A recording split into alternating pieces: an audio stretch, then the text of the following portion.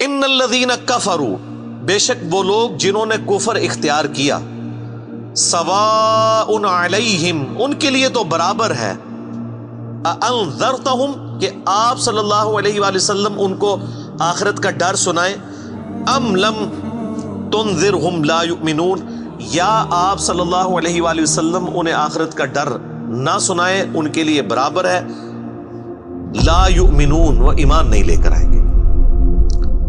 اچھا، اس کا یہ مطلب نہیں ہے کہ جو کافر ہے اس کو آپ نے تبلیغ نہیں کرنی ہے۔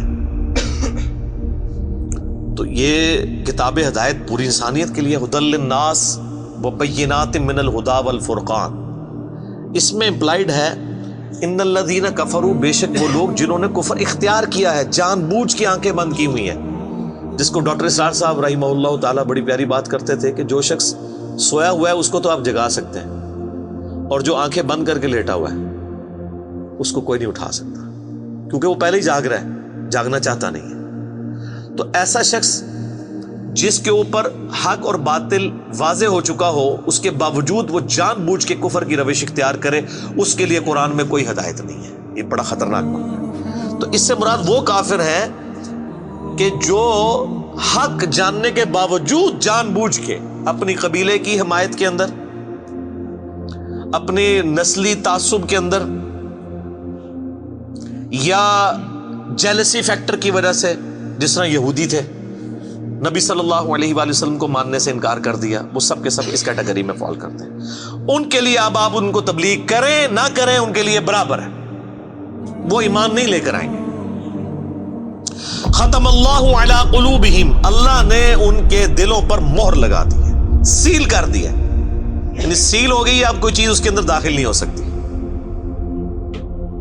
وعلی سمعہم، اور ان کے کانوں پر بھی، وعلی ابصارہم، اور ان کی آنکھوں پر بھی، غشاوۃ، پردہ پڑ چکا ہے، ولہم عذاب عظیم، اور ان کے لیے بہت بڑا عذاب تیار کر رکھا ہے اللہ نے۔ وَلِعَوْذُ بِاللَّهِ تَعَالَى اللہم اجرنا من النار، اللہم اجرنا من النار، اللہم اجرنا من النار۔ اچھا، قرآن کا طالب علم جب اس طرح کی آیات پڑھتا ہے نا تو وہ پریشان ہو جاتا ہے کہ بھئی قرآن تو بہت سٹریٹ فارورڈ ہے، اور آپ دیکھ رہے ہیں کہ اللہ تعالیٰ کے مزاج میں وہ چیزیں نہیں ہیں جو آپ کو میٹھے میٹھے وائزین بتاتے ہیں۔ اس لیے میں کہتا ہوں کتابوں کا خدا اور ہے اور بابوں کا خدا اور۔ قرآن بہت سٹریٹ فارورڈ ہے، کیونکہ یہ کلام کرنے والا کون ہے؟ اللہ، بے پرواہ ہے، اور وہ اسی پیشن کے ساتھ بات کرے گا تو آپ بھی اللہ کو سیریس لیں گے نا۔ اور اگر آپ کو یہ کہانی کرائی جائے گی، خیر ہے، جیسے ایک نانی اماں ہوتی ہیں، ایک دادی اماں ہوتی ہیں، تو اللہ تعالیٰ تو نانی اور دادی سے بھی بڑھ کے رحم کرنے والا ہے۔ یہ کہانی، یہ کس آیت میں، کس حدیث میں لکھی ہوئی ہے یہ بات؟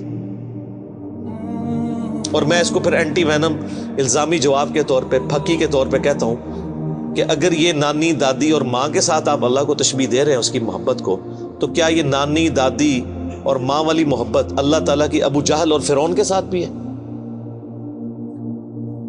تو سارے کہیں گے نہیں۔ تو جو کلمہ پڑھ کے اللہ کے نافرمان اور باغی ہیں ان کے ساتھ بھی ہے؟ نہیں۔ جو اللہ کی طرف رجوع لے آئے ان کے لیے، پورے قرآن میں ایک آیت بھی ایسی نہیں ہے کہ جو اللہ کا باغی ہو، رجوع نہ لانے والا ہو، اللہ کہتا ہوں میں اس کو معاف کرنے والا ہوں۔ ہمیشہ یہ ہے کہ جو توبہ کر لے، اپنی اصلاح کر لے، رجوع لے آئے۔ یہ درجنوں آیات ہیں، وہ وقت کے ساتھ آئیں گی، ورنہ تو میں اسی آیت کے اوپر ہی پورا یہ لیکچر ختم کر دوں گا، پھر آپ کا وہ یہ مصحف تو پچھلا تو 9 سال میں ختم ہوا ہے، یہ 18 سال میں بھی ختم نہیں ہونا۔ لیکن جنرل میں بات ضرور کروں گا تاکہ آپ کو ایک کنسیپٹ کلیئر ہو کہ جو باتیں بتائی گئی ہیں بالکل نان سینس باتیں ہیں، اس طرح کا کوئی کنسیپٹ نہیں ہے اسلام کے اندر۔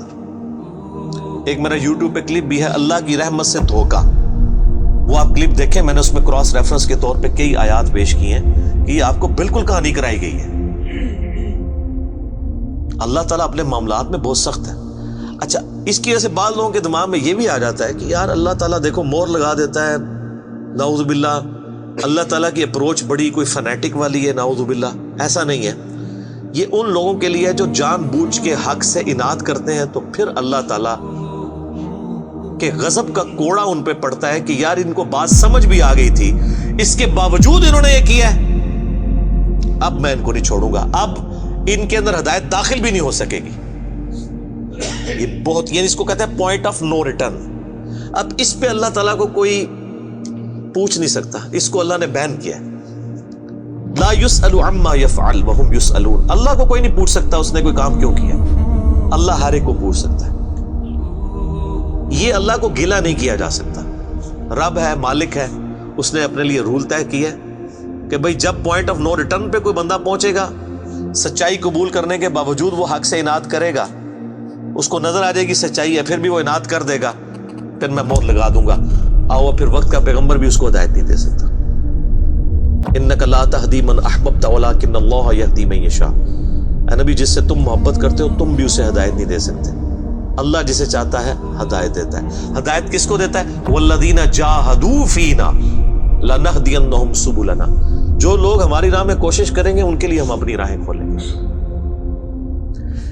اس کائنات کی سب سے ایلیٹ چیز ایمان ہے، جس کے اوپر ہمیشہ کی کامیابیوں اور ناکامیوں کا فیصلہ ہونے والا ہے. تو آپ کیا سمجھتے ہیں کہ آپ کو یہ راہ چلتے فٹ پاتھ پہ گری پڑی مل جائے گی؟ اس کے لیے کوئی ایفرٹ پٹ نہیں کرنی پڑے گی. اور دنیا میں جس چیز کی منفعت چند سالوں کے لیے ہو وہ بھی اتنی ایفرٹ پٹ کرنے کے بعد ملتی ہے. اور جس سے ہمیشہ کی کامیابیاں آپ کا مقدر ہونے والی ہیں، آپ سمجھتے ہیں کہ وہ آپ کو چنگیجی لگ جائے گی، مفت میں ہی مل جائے گی؟ نہیں، ناٹ ایٹ آل.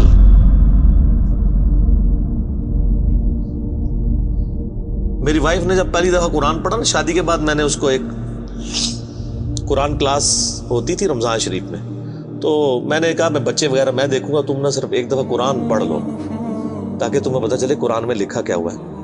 قرآن آپ اکیلے بیٹھ کے تو ظاہر ہے اس طرح نہیں ہے، ایک ماحول ہوتا ہے، ایک ڈیکورم ہے، کلاس ہے جس طرح یہاں لوگ بیٹھے. تو رمضان میں پورا قرآن اس نے مکمل کیا نا، تو میں نے اس سے پوچھا تم نے کیا یعنی اس سے حاصل کیا؟ اس نے کہا جی اللہ بہت سخت ہے، اور جس خدا کا تعارف ہمیں ہمارے ماں باپ اور یہ معاشرہ کرواتا ہے وہ خدا نہیں ہے جو قرآن میں ہے. اللہ تو اپنے معاملات میں بہت سخت ہے.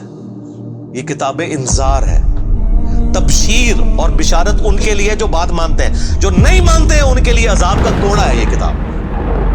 کیونکہ اللہ ہے نا، یہ کائنات اس نے اس لیے بنائی ہے کہ آپ جانوروں کی طرح کھائیں پیئیں، اولاد پیدا کریں اور مر جائیں. انسان کو اس نے اپنے لیے پیدا کیا ہے، پوری کائنات انسان کے لیے اور انسان کو اپنے لیے. وما خلقت الجن والانس الا لیعبدون.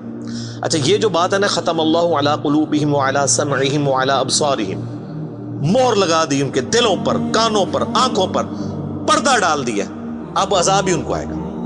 یہ آپ نے اگر بات سمجھنی ہے نا تو آپ پارہ نمبر 7 کے آخری صفحے پہ آ جائیں.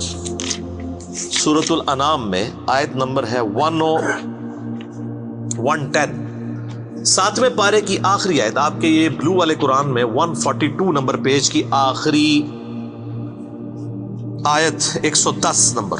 وَنُقَلِّبُ أَفْئِدَتَهُمْ وَأَبْصَارُهُمْ، ہم پھیر دیتے ہیں ان کے دلوں کو اور ان کی آنکھوں کو، عقل اور ان کی آنکھوں کو، کہ وہ حق بات قبول نہ کریں.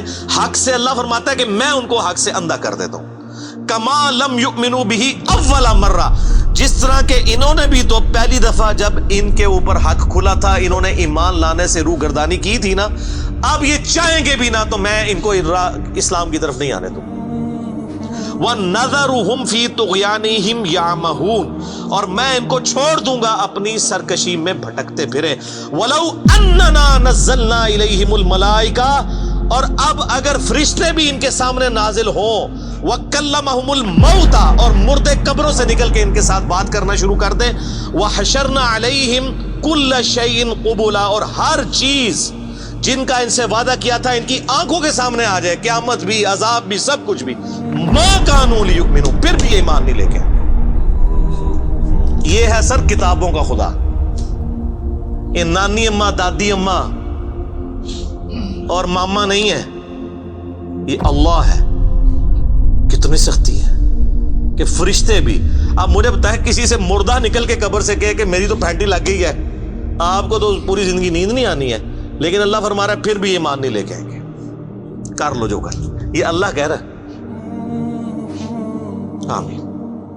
الا ان یشاء اللہ، ہاں اگر اللہ ہی چاہے زبردستی کسی کو اس طریقے سے ہدایت دے دے وہ الگ بات ہے. ولیکن اکثرہم یجہلون، لیکن اکثر لوگ جہالت کا شکار ہیں. وہ اپنی وشفل تھنکنگز کے اندر، امانیہم جنہیں کہا گیا ہے، وہ ان میں پھر رہے ہیں، پھرتے رہے۔ اللہ تعالیٰ اپنے معاملات میں بہت سخت ہے میرے بھائیوں، اللہ کو سیریس لینے کی ضرورت ہے۔ ظاہر ہے اس کائنات کی ایک ہی حقیقت ہے، وہ اللہ ہے، اگر اس کو کوئی سیریس نہیں لیتا تو اللہ تعالیٰ کے لیے کیا ہے؟ وہ تو اپنے نبی سے 3 دفعہ قرآن میں کہلوا رہا ہے، قل انی اخاف ان عصیت ربی عذاب یوم عظیم، اے نبی تم فرما دو کہ بالفرض اگر میں بھی اپنے رب کی نافرمانی کروں تو مجھے خود اس بات کا ڈر لگا ہے کہ بڑے دن کا عذاب مجھے بھی آ پکڑے گا۔ جی سورۃ الانعام، سورہ یونس، سورہ الزمر، 3 سورتوں میں یہ ایک آیت 3 دفعہ آئی ہے۔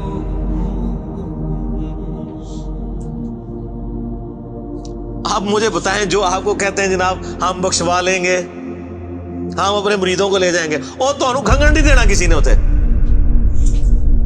تو یہ اس لیے کہ نہ انہوں نے خود قرآن پڑھا ہوا ہے اور نہ آپ کو پڑھنے دیں گے، ورنہ آپ کا دماغ کھل جائے گا۔ او جی گاڈ از آل لونگ، یہ کرسچنس نے بھی ایک دھوکہ دیا ہے نا، گاڈ از آل لونگ، تو میں نے ان کو بھی پھکی دی تھی کہ اگر گاڈ از آل لونگ ہے اور وہ آل لونگ کا کانسیپٹ پھر صوفیاء کے ہاں ادھر مسلمانوں میں بھی داخل ہوا، وہ جی اللہ کو ہماری نمازیں چاہیے، اور سر اللہ نے کب کہا مجھے تمہاری نمازیں چاہیے؟ اللہ کہتا ہے تمہیں تمہارے لیے نمازیں چاہیے، اللہ کے لیے نہیں، اپنے لیے۔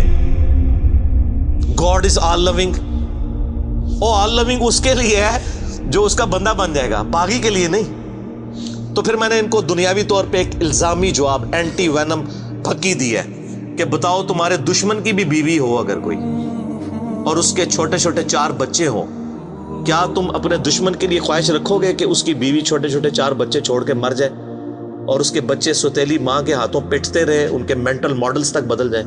سارے کہیں گے نہیں جی، کیوں نہیں؟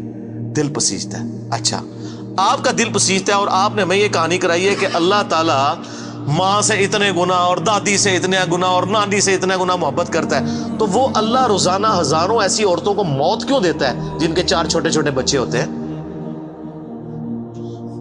اس پہ ساروں کی زبانیں گنگ ہو جاتی ہیں۔ اگر وہ آل لونگ ہے کیوں موت دیتا ہے؟ آپ تو اپنے دشمن کی بیوی کو بھی موت نہ دیں، وہ روزانہ ہزاروں ایسی ماؤں کو موت کیوں دیتا ہے جن کے چھوٹے چھوٹے بچے ہوتے ہیں؟ اس کا مطلب ہے آپ نے جو احساسات ڈیولپ کیے ہوئے ہیں کہ اللہ اپنے بندوں کے ساتھ یہ کرتا ہے، وہ نہیں ہے۔ اللہ اپنے احساسات کا اسیر نہیں ہے، اللہ کے وہ جذبات نہیں ہیں جو آپ کے ہوتے ہیں، وہ بے پرواہ ہے۔ ہاں جو اس کا ہو جائے نا اس کے لیے معاملہ الگ ہے۔ وہ صحیح بخاری میں حدیث ہے کہ جس نے میرے ولی کے ساتھ دشمنی کی میرا اعلان جنگ ہے اس کے خلاف، اور انسان میرا قرب نہیں حاصل کرتا مگر فرائض کے ذریعے اور نوافل پہ استقامت کے ذریعے اس لیول پہ پہنچ جاتا ہے کہ میں اس کے ہاتھ بن جاتا ہوں جس سے وہ پکڑتا ہے، میں اس کے کان بن جاتا ہوں جس سے وہ سنتا ہے، میں اس کی آنکھیں بن جاتا ہوں جس سے وہ دیکھتا ہے، میں اس کے پاؤں بن جاتا ہوں جس سے وہ چلتا ہے۔ اچھا ادھر ہی حدیث روک دیتے ہیں صوفیاء اور وہ کہتے ہیں نہیں وہ خود ہی خدا بن گیا، ایتھوں ہاتھ پائے گا انج ہو جائے گا۔ وہ آگے پڑھو کیا لکھا ہوا ہے، وہ جب اپنے دشمن کے اگینسٹ مجھ سے پناہ طلب کرتا ہے میں اسے پناہ عطا کرتا ہوں۔ اگر وہ اللہ ہی سے پناہ طلب کر رہا ہے تو وہ پھر ہاتھ مارنے جو تو نا یہ ہاتھ بن جاتا ہوں، پاؤں بن جاتا ہوں، کان بن جاتا ہوں، اس سے مراد یہ کہ اس کا اوڑھنا بچھونا پھر میں ہی بن جاتا ہوں۔ قل ان صلاتی و نسکی و محیای و مماتی للہ رب العالمین، اے نبی تم فرما دو بے شک میری نماز، میری قربانی، میرا جینا، میرا مرنا سب اللہ کے لیے۔ اوڑھنا بچھونا اللہ بن جاتا ہے۔ اس حدیث کے آگے الفاظ ہیں، اللہ تعالیٰ ماتا ہے مجھے کبھی کسی معاملے میں ہچکچاہٹ نہیں ہوتی سوائے ایک معاملے کے کہ جب مجھے اپنے کسی مومن بندے کو موت دینی پڑتی ہے۔ اللہ کہتا ہے میں بھی اس پہ ریلیکٹڈ ہوتا ہوں، کیوں؟ میرا بندہ موت کو ناپسند کرتا ہے۔ ظاہر ہے موت تو کسی کو بھی پسند نہیں ہے، انسان زندہ رہنا چاہتا ہے، اور یہ اللہ نے انسان کی کوالٹی رکھی ہے کہ اسے زندہ رہنے کی خواہش ہے۔ اسی لیے اولیاء اللہ بھی جب خطاب کر رہے ہو نا وہاں پہ اسپیکر پھٹ جائے تو وہ بھی یوں کر جاتے ہیں، لا خوف علیہم ولا هم یحزنون۔ کیوں کرتے ہیں؟ یہ نیچرل اللہ نے رکھا ہوا ہے۔ کسی اولیاء اللہ کو کہنا یہ سامنے یہ بٹ صاحب کے پاس جو بندوق بڑی خطرناک سی انہوں نے تانی ہوئی ہے، کسی اولیاء اللہ کو کہنا پڑھ لے کلمہ میں چلان لگاؤں، تو آپ دیکھ لیں اس کی کیا حالت ہوگی۔ یہ اللہ نے نیچرل رکھا ہوا ہے۔ موت تو اللہ فرماتا ہے کہ میں بھی ریلیکٹڈ ہوتا ہوں، وہ اپنی موت کو ناپسند کر رہا ہوتا ہے اور میں اسے موت دے کے اپنے پاس لانا چاہتا ہوں۔ پھر کیا ہوتا ہے؟ پھر تو وہ قرآن پاک میں سورہ حمیم سجدہ میں ہے نا کہ ایسے لوگوں میں پھر فرشتے نازل ہوتے ہیں، ان کو بشارت دیتے ہیں موت کے وقت. اور پھر سنن ابی داؤد میں، سنن نسائی میں بڑی ڈیٹیلڈ احادیث ہیں کہ جب ایمان والے کی موت کا وقت قریب آتا ہے تو باقاعدہ اس کو آمادہ کیا جاتا ہے کہ وہ خود کہے کہ میں مرنا ہے. وہ جب سب کچھ دیکھتا ہے وہ کہتا ہے ٹھیک ہے جان دو. پہلے نہیں کہتا جان دو. بڑا مشکل کام ہے. پہلے کہنا کہ جان دو تو حضرت موسیٰ علیہ السلام تھپڑ کیوں مارتے ہیں اسرائیل کو؟ میرا وہ بھی کلپ چڑھا ہے نا، بخاری مسلم میں حدیث ہے جو. تو یہ بہت سینسٹیو ایشو ہے. اللہ تعالیٰ کے بارے میں آپ اپنے دماغ کھول لیں. یہ آپ وہ کتاب کھول رہے ہیں جو بابوں کی لکھی ہوئی نہیں ہے کتاب. یہ اللہ کی نازل کردہ کتاب ہے. اس کو اسی طریقے سے سمجھنا ہے. شروع میں ہی آپ کا کانٹا نکل جائے گا تو آپ کو آگے قرآن سمجھنا آسان ہوگا. اللہ کے مزاج کو سمجھنا ہے آپ نے، اور یہ دماغ میں بات طے کر لینی ہے کہ بابوں کا خدا اور ہے اور کتابوں کا خدا اور. یہ آپ جو پڑھ رہے ہیں نا، یہ وہ خدا ہے جس کا تعارف محمد رسول اللہ صلی اللہ علیہ وآلہ وسلم نے آپ کو کروایا. یہ وہ خدا ہے جس کا تعارف پیغمبروں نے کروایا، اور پیغمبروں نے ان کتابوں کے ذریعے کروایا جو اللہ نے ان پہ نازل کی تھی. یہ مولانا روم کے مثنوی شریف والا خدا نہیں ہے، یہ قرآن شریف والا خدا ہے. وہ کہتے ہیں وہ مثنوی مولانا روم جو ہے وہ فارسی کا قرآن ہے. استغفر اللہ تو بولی ایڈیاں کہانیاں، ایڈے جھوٹ، اتنی انبیاء کی گستاخانہ واقعات اس کے اندر ہیں، اور اس کو کہتے ہیں فارسی کا قرآن ہے. سر فارسی کا قرآن وہی ہوگا جو قرآن کا ترجمہ فارسی میں شاہ ولی اللہ دہلوی نے کیا ہوا ہے. باقی وہ کہانیاں لکھتا رہے، وہ قرآن نہیں بنتا. تو یہ ساری میں نے گفتگو شروع میں ہی کانٹا نکال دیا.